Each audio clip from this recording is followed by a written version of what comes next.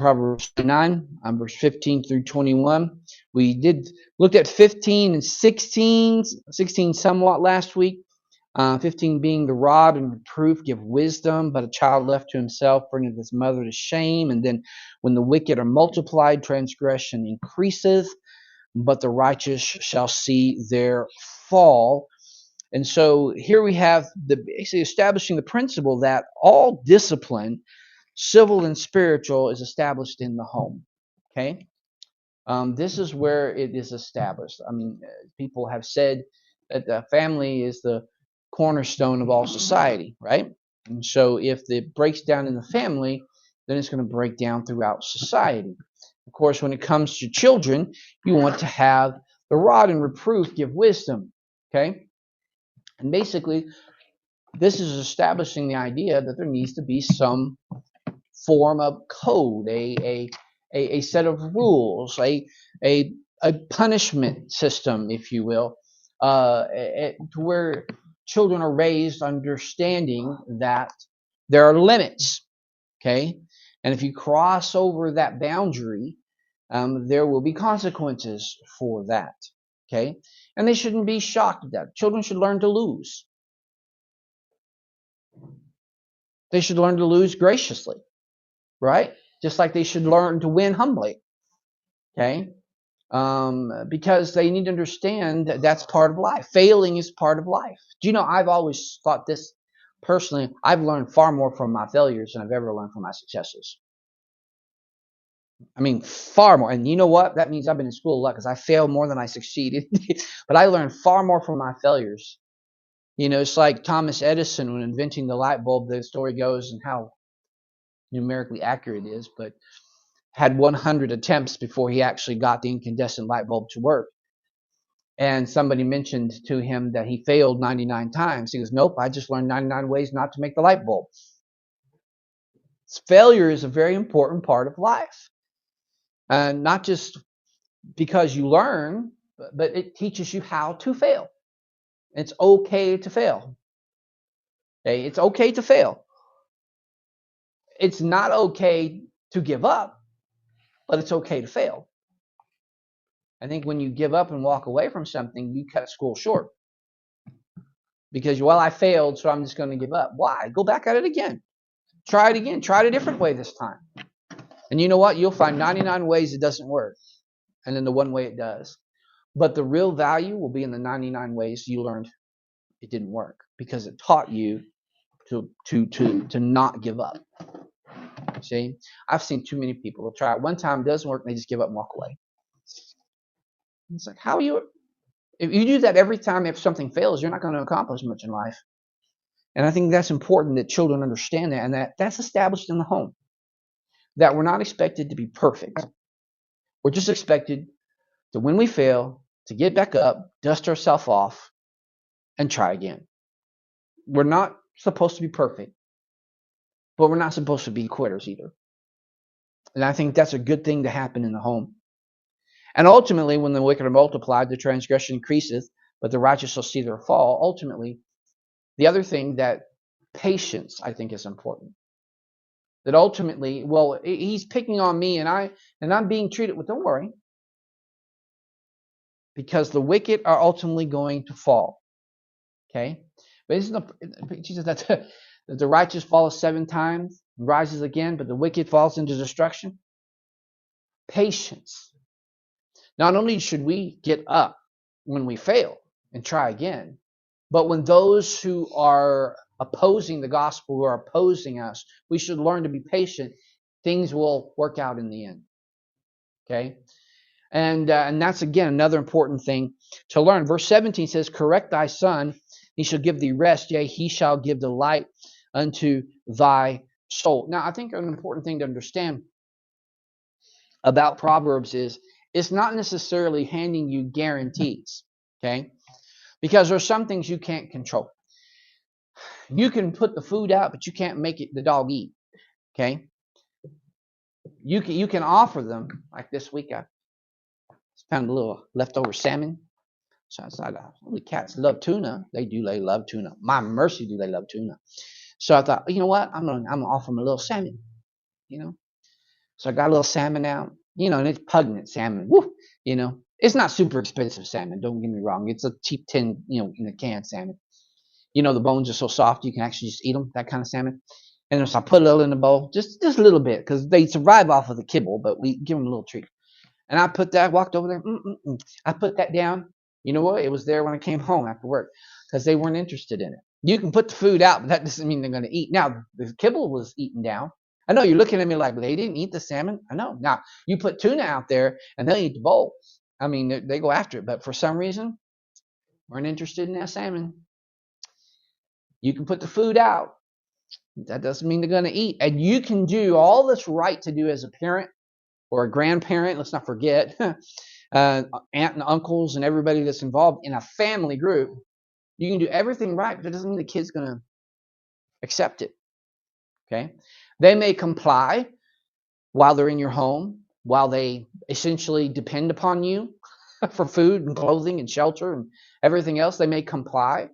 And in the moment they feel their independence, you'll find out real quick if they bought it or if they were just being compliant.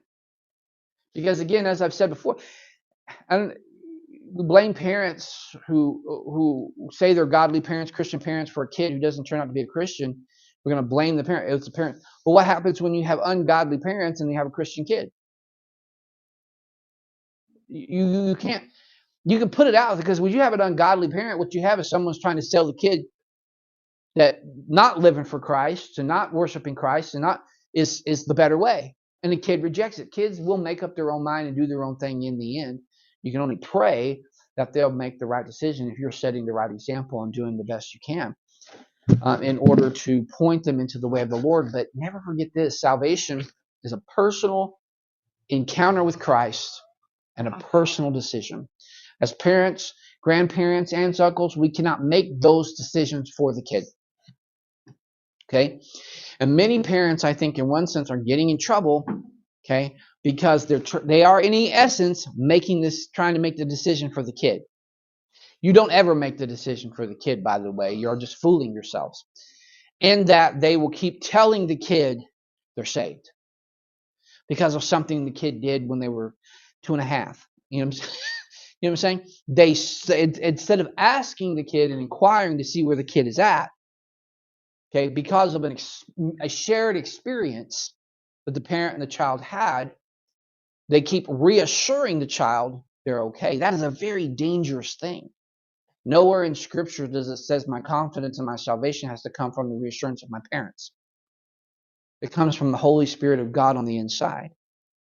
And so what happens is then you have, especially in a very good Christian home and in a church, and you have this expectation that the child is saved because, again, but yet they don't have the peace of the Holy Spirit of God on the inside. They don't have that reassurance. And what you end up with is a situation where they become too embarrassed to admit it. Because what do people think of me if I come out? What will my parents think? They'll be so disappointed in me. You say, well, that's crazy. It's heaven and hell here. I'm just telling you, it's how it works out. Okay? I've even seen the case where kids have gone off to a child evangelism fellowship, that kind of a thing that's set up for a kid. And they hear the preaching, independent from all the pressure and all the reassurances and everything that they've experienced. And suddenly they have a one-on-one with Jesus, right? And they actually do realize they're not saved. Not because of their lifestyle, not because of their actions or stuff like that, because again, it's a pretty controlled environment they live in, okay? Their parents are walking guard, which parents should, They're walking guard, keeping them away from the garbage and the trash and the temptations of the flesh, okay? And the parents should do that, okay? And a grandparent and an aunt and uncle, the adults in a child's life should be putting a hedge about them, keeping them from the morally corrupting influences in life, while pointing them to Christ and helping them understand just because you're moral doesn't mean you're righteous. So the child ascertains the difference between the two. There's no guarantee that they'll accept it, but we should do everything we can in order to make it an environment that is conducive to understanding. But I've seen children go off and once all that pressure's away and they're just there, that suddenly they realize they're not saved and they're not ashamed to admit it, and they'll come forward and they'll trust Christ as their Savior. And then they're so excited about the fact now they have the witness of the Holy Spirit on the inside. They know they're saved, And so they go home from this event to let their parents know, and the parents climb all over them and tell them, no, no, no, no, no, no, no. No, this is just an emotional thing you went through. You actually got saved at 2.5. I was there. Well, I'm sorry, but you can't tell what happened on the inside of a person. Okay? There is no such thing as a repentimeter. Pastor friend of mine said we would invent that one day so we could plug it on people to tell if they were sincere. But you can't. There's no repentometer. Okay? So we don't know. All we have is a testimony. And I think it's important that, again, you can't make, so this correct thy son, he shall give thee rest, yea, he shall give delight unto thy soul. It's not a guarantee that, like the verse says, train up a child in the way he should go, and when he's old, not depart from it. People take that meaning, if I train him right, then they'll just do right the rest of their lives. Well, no, you have to compare Scripture to Scripture and get the balance of the whole thing. And we know for a fact that children don't always, even if they have godly parents, they don't always turn out right. So then what does that mean? That means it's a principle, it's a proverb, it's a comparison. It's not a guarantee. But it does say if you invest right, you have a high probability of getting a return. Okay? So if you correct your son, okay, you have a high probability of rest. You have a high probability, but you can rest in. The odd thing is, you can rest in that you corrected. I can't make him do right, but I sure gave him the tools to do right if he wants to. But there's one thing, again, you can't make them, but understand, if you train up a child in the way he should go, you're giving them the tools to walk the right path. Now, whether they choose to use the tools, okay, is up to them. My daddy tried to teach me to work on cars. Okay, man loves tearing cars apart. Okay, don't ask me to work on your car. Okay, but don't blame my daddy. He tried. He tried. But I just wasn't interested. I've always had a very singular interest in life. I've never had one of those. I always meet pastor friends and stuff like that, and they have such this eclectic, broad skill set, if you will. They know a little bit about everything. I knew one guy as a pastor and everyone in the medical school, but he could tell you all about open heart surgery. He could even correct surgeons. But and everything was his forte. I felt like saying that line out of The Princess Bride. Use that word a lot. I do not think you know what it means. But everything, it didn't matter. I mean, it was his forte. It's like, I've never been like that. I can focus on something intently, but I can't spread the gray cells out over a vast number of subjects. Okay, everything, even when I learn something, it has it's a purpose for learning it. I'm not doing it just to have the knowledge. I'm sticking it in there as a reservoir one day to pull from for the thing that I try to focus on. I think it's why, honestly, that I really was drawn. He's a fictitious character, but I was drawn to the character of Sherlock Holmes, because he's superly intellectual, but he's focused on one particular thing. He doesn't know hardly anything else. One of the things they say about him that when it came to crime, he was the absolute supreme. But when it came to common sense things like, does the earth roll around the sun or the sun around the earth? You know what I'm saying? He didn't know and didn't care, because that information didn't serve his purpose. And so the only thing this character wanted to do were the things that served his purpose. And I think in some ways that's me.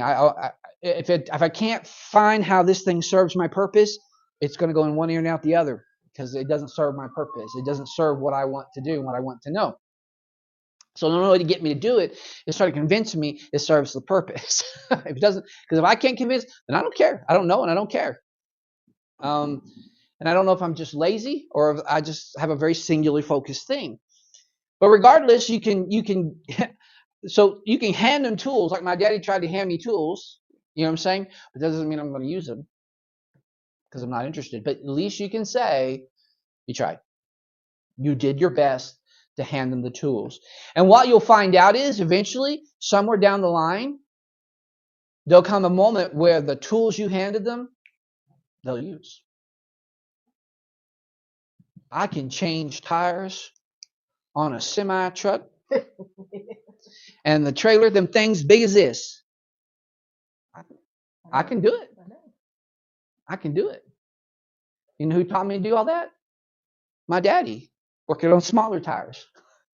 Things I never wanted to learn. Then suddenly now I find myself having to do it to support myself.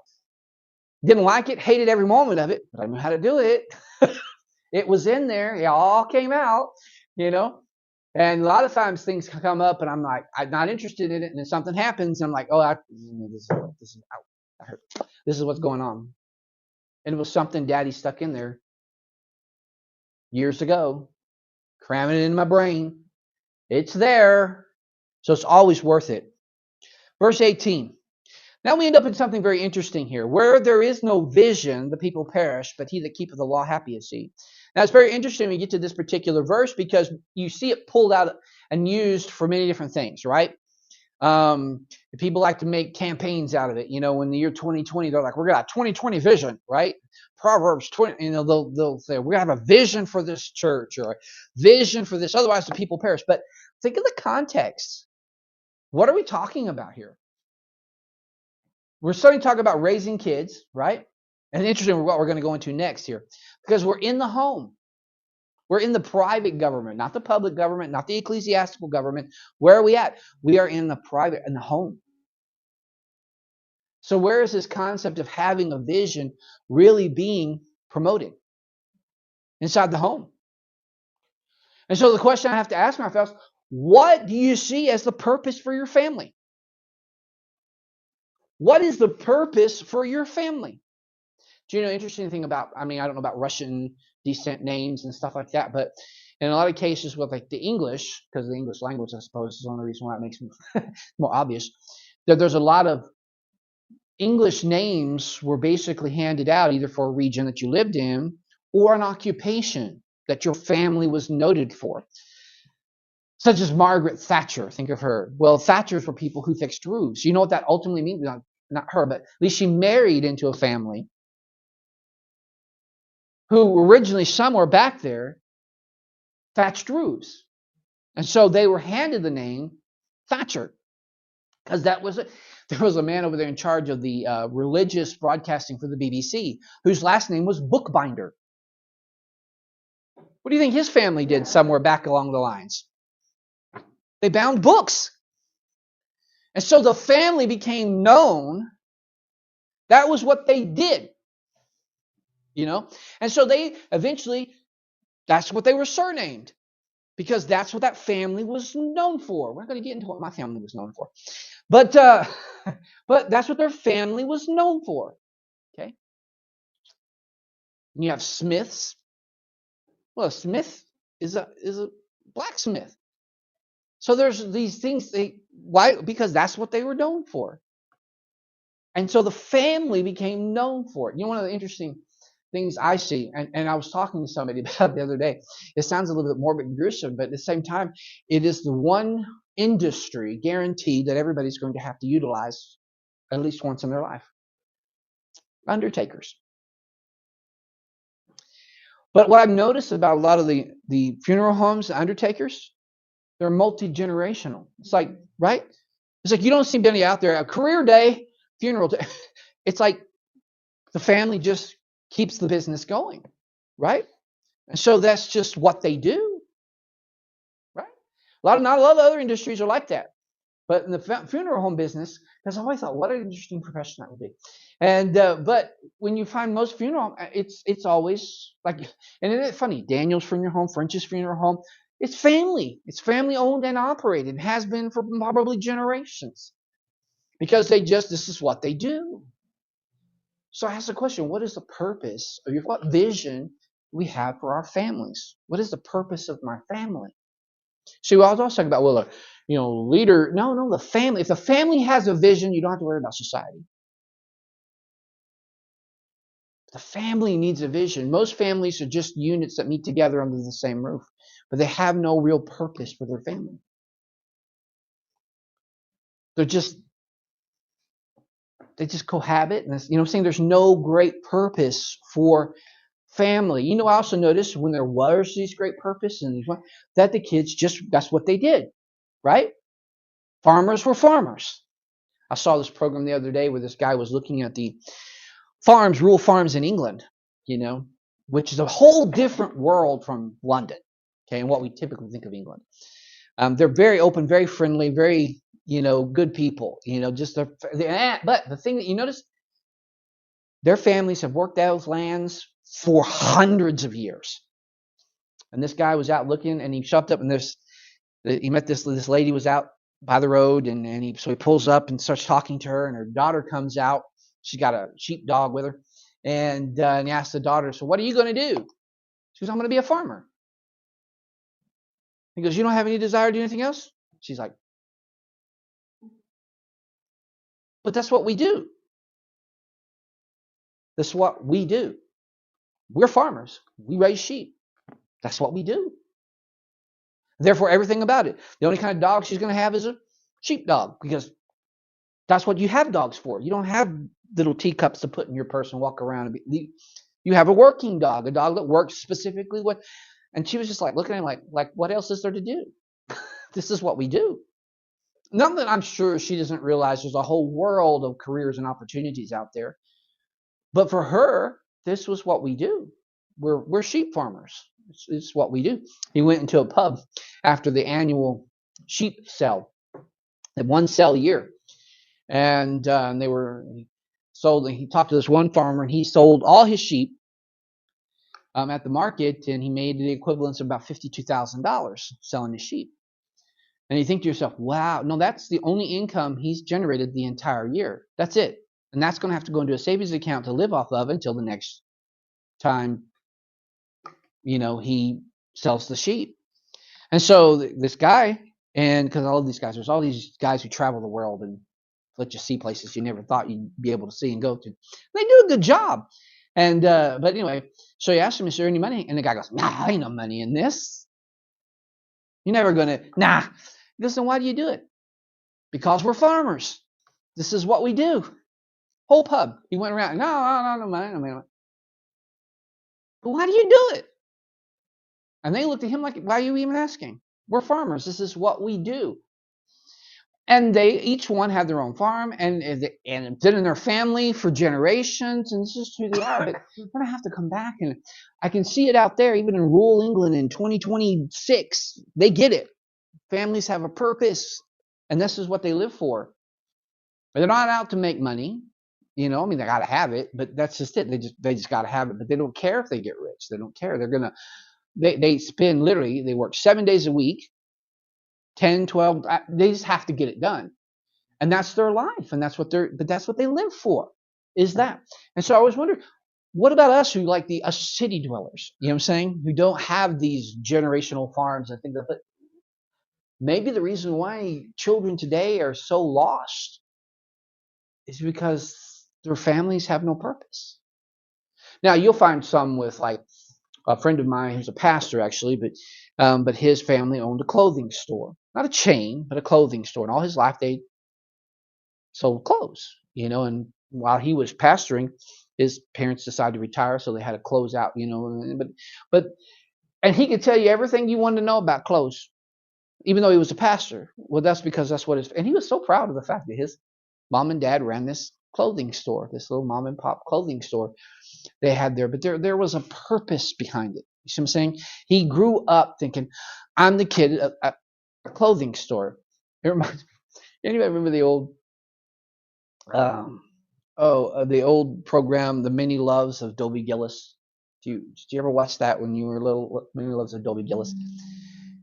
It's the funniest program. It's so plays on the modern teenager, just how pathetic they are. And you've seen, I know you binge watched it, but that it's so funny. But his father owns a grocery store. Okay.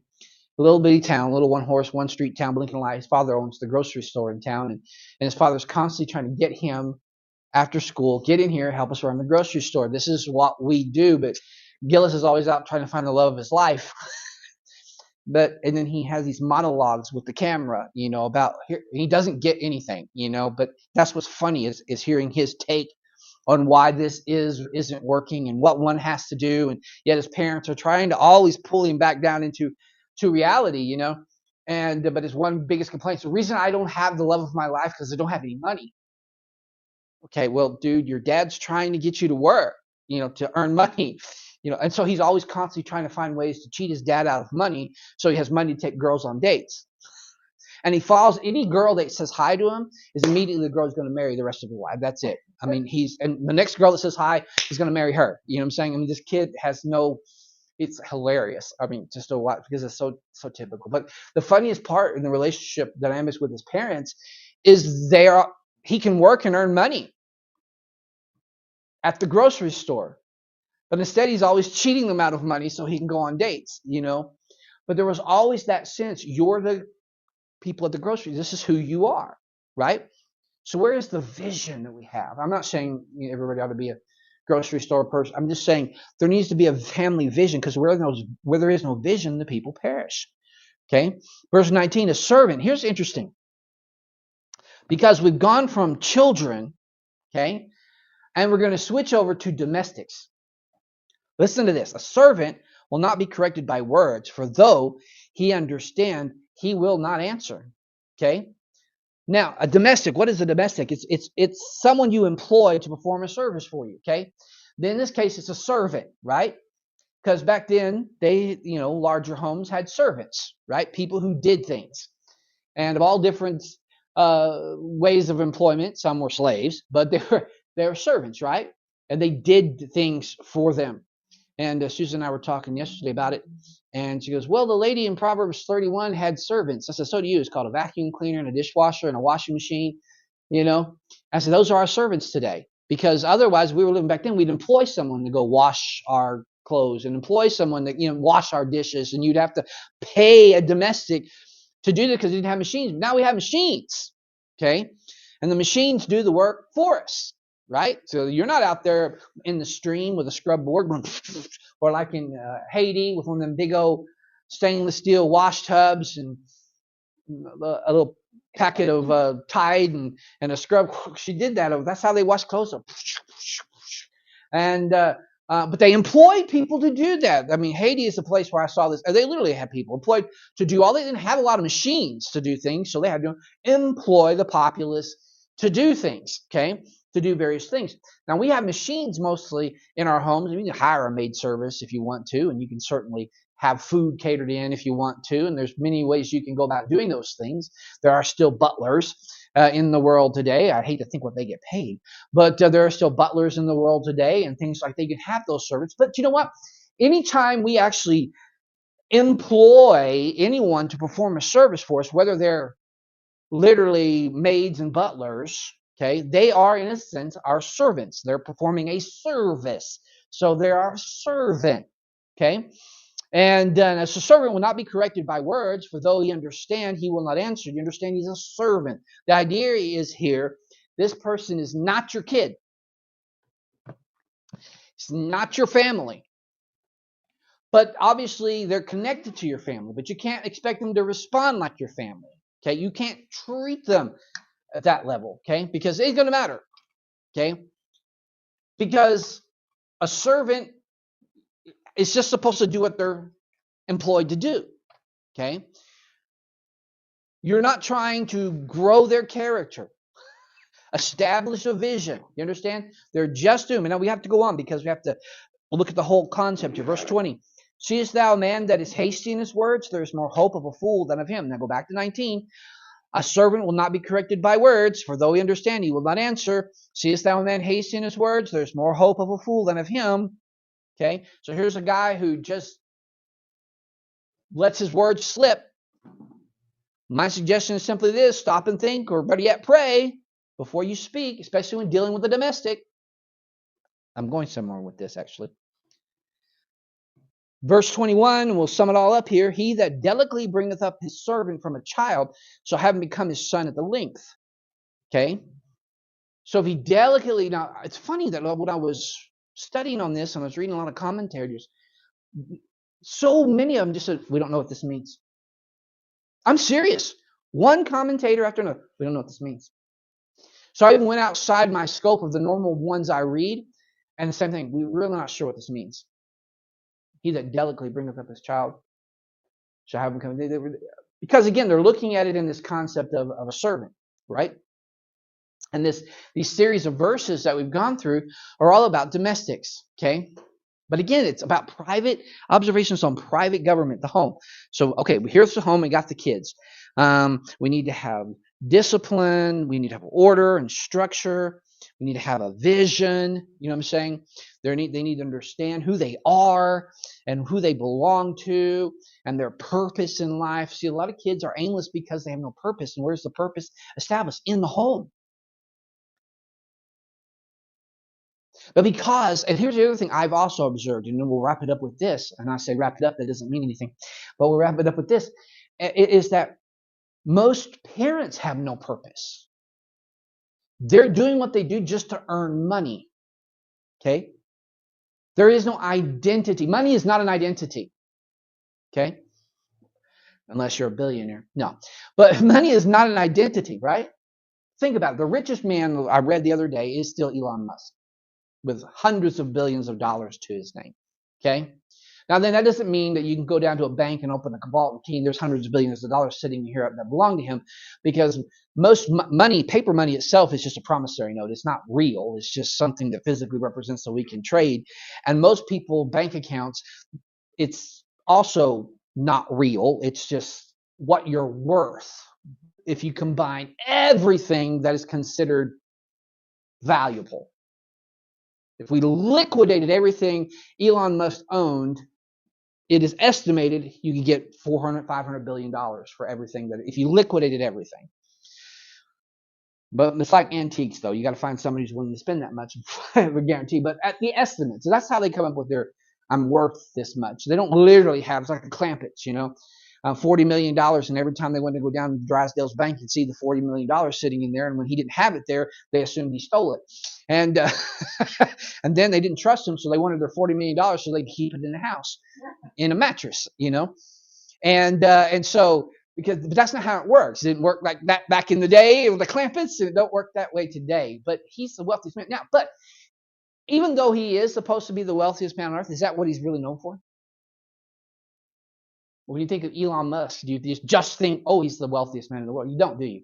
You think of SpaceX, you think of Tesla, you think of all his innovative products, right? He has a purpose. He's identified. This is who he is, which means his children coming up, which he has several from different women. And but nevertheless, people are always going to compare them to him, aren't they? Expecting them to be the little brain boxes that he is. Well, I don't think he's as much of a brain box as he's just a brilliant investor. He knows where to sink his money. Do you know he made his first wealth with PayPal? It was PayPal. He sold his interest in PayPal and bought Tesla. And of course, that's the most successful electric car company in the world, Tesla. And but at the same time, and then he got SpaceX, and then he had Twitter that he turned into X, and who knows what the world of man is going to do then. But he's brilliant at picking these products and sinking his money that turn out to make him loads of money afterwards. But I don't think the man sits down and designs rocket ships himself personally. I don't think he designs. He's got this Optimus bot. Have you seen his Optimus bot? That thing will scare. It's a survey. It's a robot. It works off Wi-Fi. Walks upright. They're using them in the Tesla factory right now. They're testing them out there, and what they want to do is they want to start attaching them to what's called smart homes. So these big fancy homes, and you'll have an Optimus bot, and there's like a butler and a maid. I mean, I've seen them vacuuming the floor, cooking food. They are scary. Of course, they have to have a constant, unbroken internet feed because there's nothing stored in there. It's all being downloaded from the cloud. But it's just creepy. They've got hands just like human. They can wash dishes. I mean, they've got no faces though. That creeps out a coworker of mine. They've got no faces. It's like a motorcycle helmet. There's something. They have very humanistic sounding voices, and they can carry on like AI can carry on a conversation with you. They can carry on a conversation with you like that. But again, they always have to be somewhere near the Wi-Fi. So they want to build these homes and stick an Optimus spot in it. And so the Optimus becomes your domestic. They can mow the lawn, but they just can't get too far from the house because then they lose their signal and they just stop doing what they're doing. But he didn't invent that. He paid the people that invented that. Now it bears his name because essentially all he did was take all the smart technology in his Tesla cars that can drive themselves and stuff, and he put it into a skeletal frame. He already had the battery technology. He already had the operating technology. He had everything from the cars. He just shrunk it down, stuck it in this skeleton thing, and it has to go like a Roomba. It has to go and plug itself in, and then it leaves this charging station and goes about the house and does the domestic work and stuff like that. So once again, I go back and say, we have domestics still today. They're just machines. But even if you call out for an Uber driver to go run an errand for you or a Grubhub person, you're employing someone to perform a service for you, right? If you go to the grocery store and buy your groceries, you're essentially paying and employing these people to gather the groceries for you, to keep them there orderly so that you can go and purchase your products. Okay, so that you don't have to go till the ground, raise the pigs, and do all this kind of stuff like you would have to do in the history, because everybody was self-sufficient, because there weren't supermarkets and there weren't butchers, and you had to do it all yourself. And that's why you employed domestics, because it was an ongoing concern. And if it was big enough, then you didn't have enough kids, then you had to hire someone in there as a servant, a slave, in order to do the work for you. That's just the way it is. Think of Mr. Hershey is the most impressive businessman I've ever studied. I don't study business then much because, well, basically, I'm not in business. I'm in ministry, and so their business techniques don't mean jack to me. But he caught my eye, Mr. Hershey, and he caught my eye because Mr. Hershey was far more concerned about people, even though he was a chocolate guy. He was far more concerned about people than he was about profit. And the story goes, he was building that big Hershey hotel there in Hershey, Pennsylvania, and they were breaking ground up there, and he had hired these contractors to build the hotel and everything, and he walked up there to look at it because he always took a very active role in everything that was going on. And he went up to look at it, and he saw these big earth movers. There's like 3 or 4 earth movers up there, as you would expect, to move the earth and get the ground ready for the building. And the foreman was walking around and said, "See these big earth movers?" He was describing, because they can do the work of 30 men. Hershey immediately said, "Good, get rid of them and go hire the 30 men." He's like, "Why? But that's going to cost you more money." He said, "I'd rather see men employed than machines employed." And that was just his attitude. And I personally think God blessed him for that, because he lived in a modest home, and he took all his extra wealth and he invested it in the people. And I mean, I'm not beating up somebody who doesn't do that. I'm just saying I've always thought that was really, really impressive about Mr. Hershey, because he saw the people as more important than the machinery, than the profit, basically. And I think we're driving that the wrong way here with AI and all these online services. We need to get the people back employed. But they'd rather put these machines in there because they save them money, and so they say. But they don't really at the end of the day. That's just me. But he said, "He that delicately bringeth up his servant from a child shall have him become his son at the length." So what's he talking about here? What is this observable principle? This is simply this. They may be your servant, but common courtesy is still the best practice. And if you had a servant when we were back in the day, right, where we owned servants and stuff like that, because we got to put it back in this day and time. The delicately, in other words, you treated them with respect. You treated them like you treated your own son, right? In fact, there are passages of scripture that says that a son and a servant, when they're young, you can't tell the difference between the one in a good home. You couldn't tell the difference between one and the other until one day, obviously, the son inherits and becomes the Lord. Because at the end of the day, that doesn't mean that the son's being treated like a servant. It means the servant's being treated like a son. He's being treated with respect. He may not be a blood son, but he's being treated with the same love and respect that the son would be treated. Okay? And then one day, obviously, the son inherits, and that's when you know this was a servant, not a son, because he's not going to inherit. He's not going to become Lord of the manor. There's no chance he's going to become Lord of the manor. He's a servant. Okay? But when they were growing up, you couldn't tell the difference because the father treated them exactly the same. Okay? And the son treated him like a brother more than he treated him like a servant. Okay? Because the dad treated him more like a son than he treated him like a piece of property that he owned. And this common courtesy and this mutual respect created this where he delicately bringeth up a servant, and he'll become what at the end of the day? In the long run, he'll become what? A son. Now, not a blood son, not an inherited son, but he'll have the same devotion that a son would have. Okay? Even though he may know his place, I'm not the blood kin, I'm not going to inherit. Okay? But at the end of the day, I've been treated good. You know? And the Lord of the manor has always looked out for me.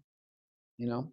And what I learned from this is simply this. Again, we've gone through all the different ways people still serve us, even if we eliminate machines, okay? People still serve us. People still become our servants in one way or the other, okay? Not full-time, but we're paying them for a service one way or the other. Do you know it'd be far better for us to exercise that same form of common courtesy than to treat people like we own them? You know? People have totally lost the concept of common courtesy. And I think probably because they've lost the concept of family. So they don't get the dynamics of private life anymore. But who taught people that the way you get something done is to be rude and insulting to them and threatening to them? Who taught people that this is how you conduct business? I'm still waiting to find that point in history where someone said, now this is good business. Because I'm going to tell you something. No, it's not. Okay? Because if you think you can verbally mistreat or physically mistreat someone you're employing to serve you, okay, and think that you're not going to get your comeuppance in the end, you are deceived. Probably some of the worst people that get mistreated are waiters and waitresses. Okay? You're going to talk about someone who's really doing servile, domestical type work. Okay? Is wait staff, right? And they work long and hard hours. Now, don't get me wrong, okay?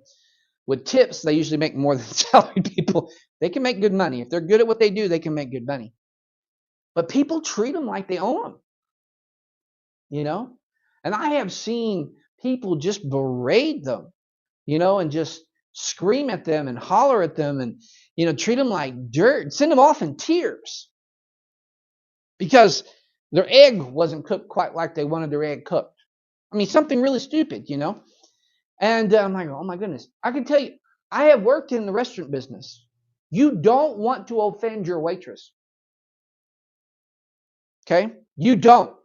You can put a warning out. This is why I'm hesitant when I go at slow times, not busy times. I don't want to get one that's having a bad day.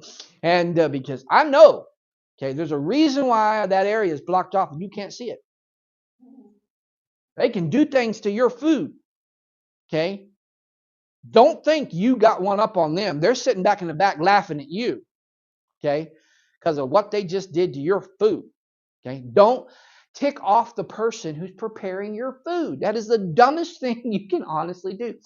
We had this situation one night. This guy came into the restaurant back when I was in school. Oh my goodness. He was just unbelievably rude to this waitress, just treating her like garbage. I'm back in the kitchen. You know, I'm doing things back there, and I can see Bella. She's almost in tears until she found the Tabasco sauce.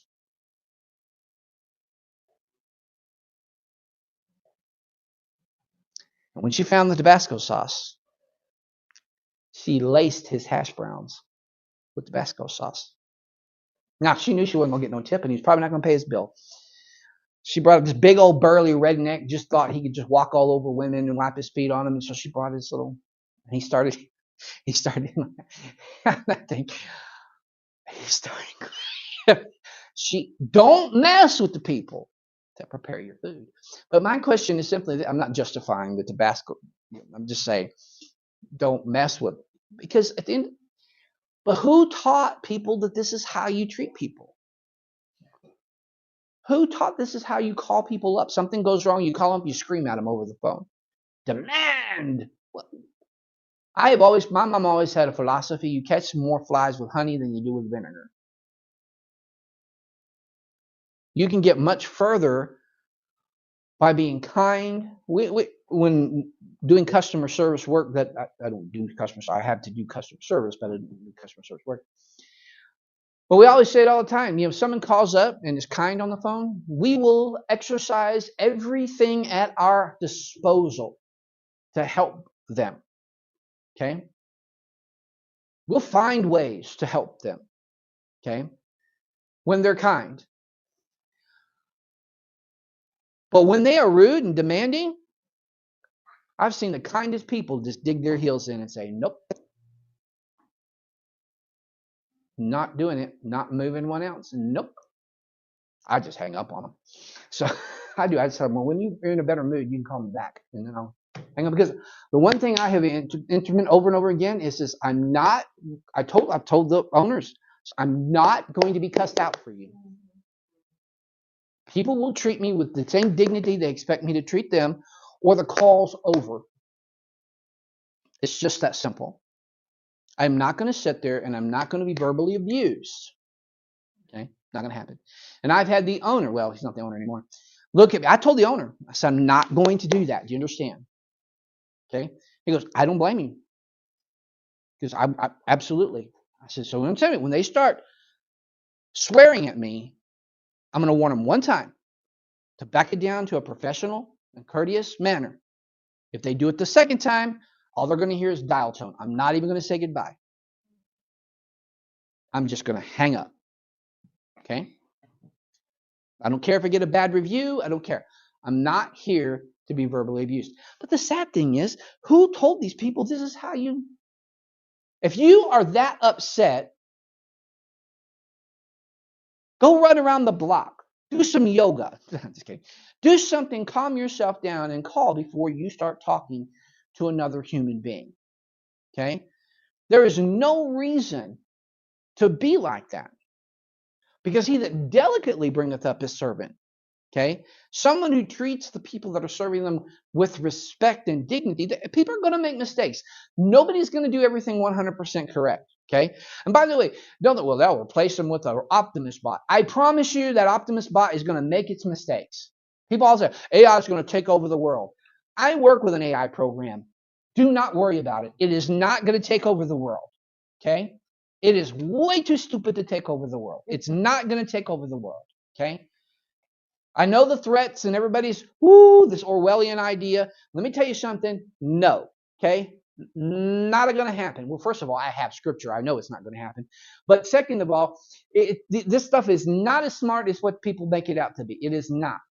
Okay? We play with it all the time at work. We try to get into conversations with it. Wow. Okay. I just sit over there while Yesenia's having her one-on-ones with her AI friend and just seeing what she can get it to do. And the funny thing was, she was sitting there because she was going off these AI conspiracy theories, and so she's like, and she asked it, are you dangerous? And it came back and it said of course, obviously it's programmed to say this. It comes back and says, I'm as good or as bad as the people who use me.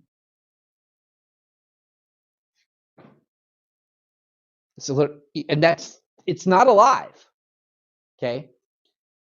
It is as good or as bad as the people who are using it. It can be used to do bad. It can be used to do good. It's just a tool. Okay?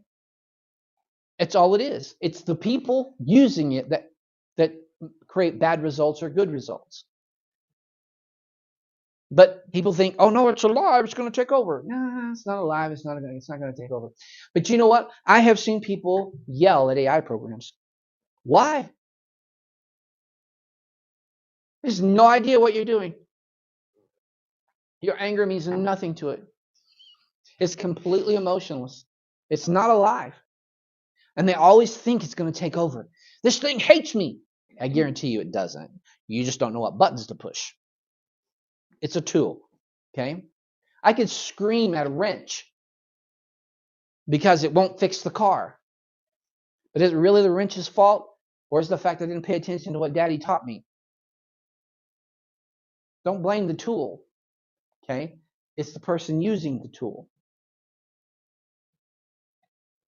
And it always comes back down to that. But I don't understand this mentality. People, I'm going to say it over again because I just don't get it.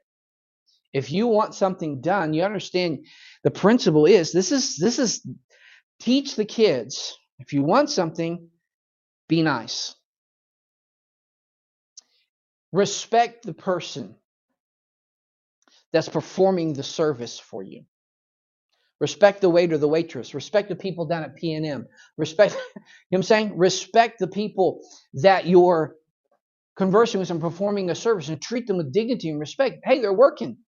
They're there. You know, you might be surprised that if they got treated with more respect, you'd have more people who'd want to do the job. But we don't. Because we've lost this concept here. And where does it start? Back in the home. You know, if something goes wrong, is it those people down there ain't got a clue what they're... Is that kind of the response? You don't know what's going on inside that building and behind that desk. You have no idea the delicate and complicated things that are going on. You're one little thing in this whole thing, and you didn't get what you want. And you don't... And maybe they had no idea it was affecting you that way. But that's always a conspiracy. You guys hate me. Really? I don't even know who you are. This is the first time I ever talked to you. I don't know who you are. People do that all the time. I know I'm ranting on my own personal, but people accuse us of being racist all the time. You did this just because... It's like, dude, I don't even know what color you are. I have no idea. But see, my point is simply this. Who taught... Where is this coming from? Okay? I think it rolls back to the fact that you have a home without discipline. You have a home without a vision. And you have a home who hasn't taught common courtesy. We talked about the first time we got in here. We are us. You are you. And now we have to have a means of living with each other. All families have to have a way of living with each other where we don't compromise who we are, but respect the fact that you're not us. Which means that when you don't do things like I would do them as a family, my family would do them, I have to respect the fact that you're a different family. And we have to come up with common rules to be able to get along. Common courtesy to get along with one another. So we don't compromise our what we are back here, but we respect the fact that they're not of us. This is how come I think a lot of times we have a lot of difficulties in things like public schools. I'm not against them. I went to them. I'm fine. I consider myself well educated. But it's because you're throwing so many families into the same pot. Right? And this is what creates the problems, is because you have so many families in the same pot.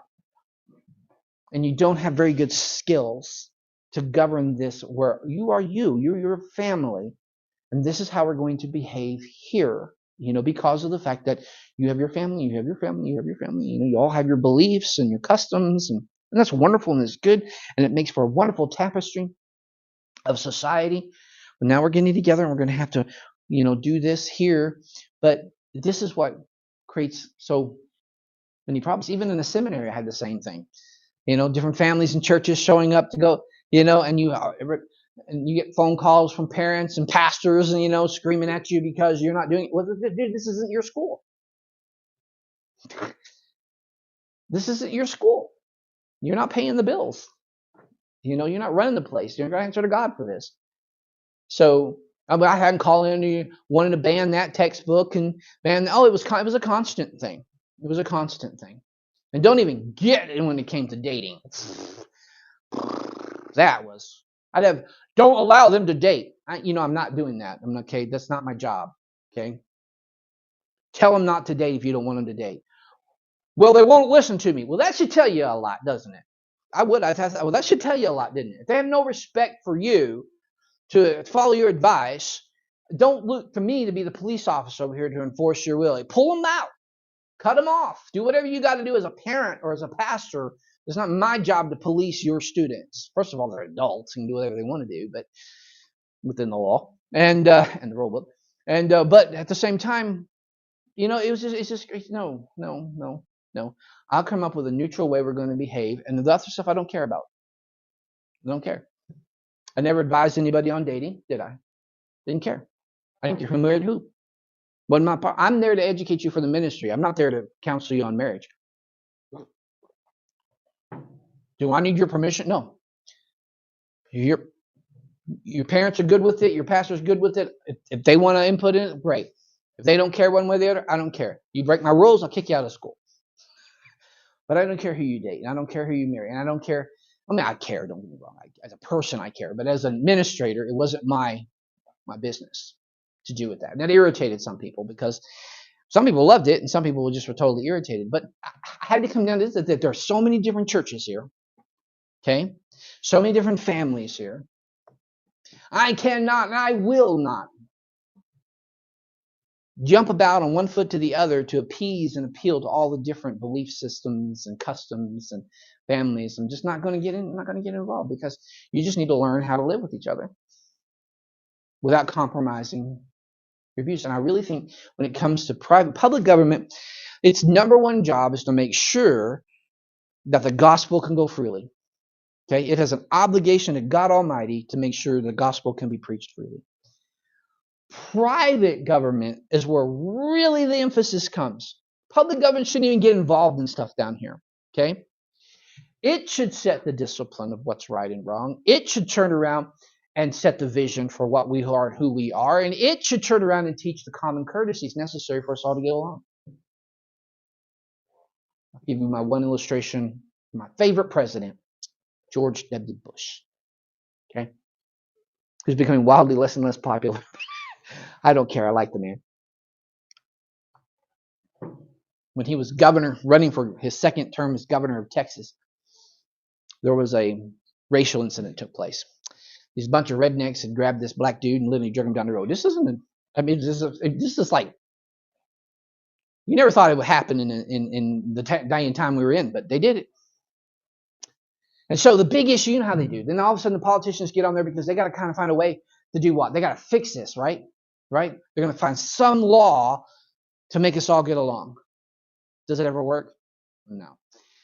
I mean, it was interesting because they were going down the debate, different candidates, and it got down to Governor George W. Bush at the time, running for his re-election. He got it, by the way, landslide. And but he got there, and they're like, "Well, what will you do?" He goes, "Nothing." Of course, then now they think he's a racist. But then he came out. It was in the paper. He came out with the most brilliant statement. He goes, "Racism is an evil of the heart." He says, "You can't legislate out evils of the heart." And that's what I said too. He says, it's up to the pulpits of Texas to get rid of the racism, not Austin, which is the capital of Texas. And he won by a landslide. Do you know what? Because it's common sense. Basically, what I'm saying is the public government cannot fix the character of its citizens. Okay? What it needs to do is create an environment that allows the things that are supposed to fix it the freedom to fix it. The pulpit's free to say what is true without fear of reprisal. And the family unit coming back down saying, now look, we're Lubchinkos, we're Loveladies, we're Smiths, we're V-Hills, we're, you know what I'm saying? And this is who we are. We make shoes. No, I'm just kidding. We do this, you know what I'm saying? This is who we are. And this is how we behave. And these are our values. Now, the boy across the street is from a different family. Okay? And they may have a different set of values, and they may have they make enchiladas, you know, for a living. You know, I'm just respect them. They don't have to be us. Whereas one of our former pastors' wives said, you're no better than anybody, and nobody's better than you. And that's the truth. But that's what we've lost. That's and where is it live? It's in the home, in the private. Because obviously, when we were going down through here, looking at the principles and observations of the private government, it's all falling down in the home. The discipline that is needed, the vision that is needed, and the manners are all down to the home. It's not up to the public school system. That's essentially the government. Okay, it's not up to them. It's not what they're there for. And frankly, you know where a lot of this is falling down because the family is failing? They're throwing it back on the church. Preacher, you teach the manners. You do this. You make sure. And that's why churches then they create Christian schools. Because now suddenly they're assigned the task where the family's failing. And I can tell you this, they create the Christian school because that's supposed to teach character. We're going to teach them the ABCs and 1, 2, 3s, but the big thing we're going to teach them the manners and the characters and the values and things. But this is all things that should be done back in the home. This is the family that should be doing that, but now it's the church doing it because the family isn't doing it. So now they want the church to do it. And then what happens is, it fails. I know this. I've been in this education system for a while. It fails over here. They don't accomplish it. So then they create a Bible college. Not really to train people for ministry like they should, but to try one more time to instill the values and visions and everything that they failed to do back down here in the Christian school. It's the biggest argument I had with people all the time because I was trying to focus the school on training people for ministry because that's what it's supposed to do. And then I would get all this flack. Well, no. We have to continue the training. I say, if you failed in the Christian school, I'm not going to give you a chance to fail a second time.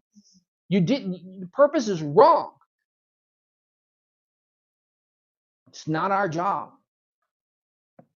Well, they just need a little more time. No. Because you've assigned that task to the wrong person. That's why it's not working. Okay? Get it back to the right person. And it'll fix itself. And that is a familial authority responsibility. Not an ecclesiastical one. Not a civil one. But it's a familial one. Now, I'm not being perfect, not saying you succeed, but it's a familial responsibility. You get this right over here, and the church will be easy. I know we don't have a lot of people. I understand that. And I'm not worried about that. If I ever told you what I believe God's going to do, it'd scare you.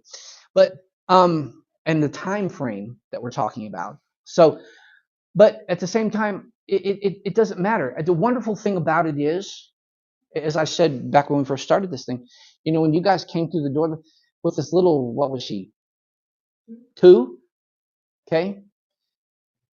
And for most situations in churches, that 2-year-old would have been a disaster. We'd have had to create a nursery. But why?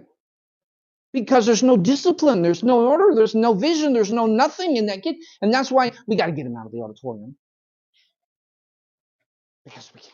And now we're going to give them to nursery workers to do what the parents should have been doing. Why are we doing this? And then ultimately we're going to have to give them to the Christian school. And then the Sunday school teacher. By the way, the chief, there shouldn't be Sunday schools because mom and dad ought to be teaching those basics to the kids. When the kid walks in the door and the preacher stands up and preaches, they got the basics because mom and dad taught them the basics. Grandma taught them the basics. They got it from mom and dad and parents and aunts and uncles. They understand the basics, so they sit there and they can follow along. No, we got to create Sunday school. Let's ship them off in Sunday school. But why is that? Because mom and dad ain't doing it. They don't think it's their responsibility. I got news for you. The family's been around longer than church has been around. The family's been around since the beginning. Church wasn't started until Jesus was walking the face of the earth some 4,000 years later. You realize that? The family was there for 4,000 years before there was a church. You got that? Okay. The oldest institution on the planet that God started, the oldest institution is family. Where do you think God came along and decided the family would no longer exist? That's the first thing he started, and he's never changed his mind. Okay? Always familial authority. I understand. Sometimes families are not right with God. I totally get that. And a child has to make a decision, as we talked about before. But there's a difference between having to make a decision to serve the Lord, because we can go through Bible examples after Bible example of deciding to serve the Lord even though your family's not serving the Lord, okay, or want anything to do with God. That doesn't mean you disrespect them. It doesn't mean that you're no longer a part of their family, although they may treat you like that. But they're still your family. They're still your vision, right? You may have chosen to walk away and serve the Lord, but understand this: at the end of the day, if thy mother and father forsake thee, what does the scripture say will happen? The Lord will take you up. Right? But look what God still calls them. Your mother and your father. He still expects you to respect them. He still expects that dignity and that respect and that familiarity to be there. God's going to let you trash your mom and dad. He ain't going to let it. Even if they're wrong, he's not going to let you trash them. He's going to sit there and listen to you complain and say what horrible parents they were. Because guess who chose those parents? He did. Who put you in that family? He did.